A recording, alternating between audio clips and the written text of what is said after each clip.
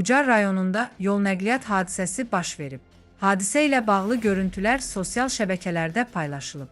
Məlumatlara görə hadisə Bakı-Qazax əsas magistral yolunun rayonun Pirkənd kəndi ərazisindən keçən hissəsində qeydə alınıb. Belə ki, Mercedes markalı yük maşını Bakı istiqamətində hərəkətdə olarkən qəfildən idarə etməni itirib. Nəticədə tərəvəzlə dolu yük avtomobili beton arakəsməyə dəyərək aşıb, hadisə yerinə dərhal hüquq mühafizə orqanları əməkdaşları cəlb olunub. Xəsarət alan sürücü xəstəxanaya yerləşdirilib, fakt araşdırılır. Bir saniye.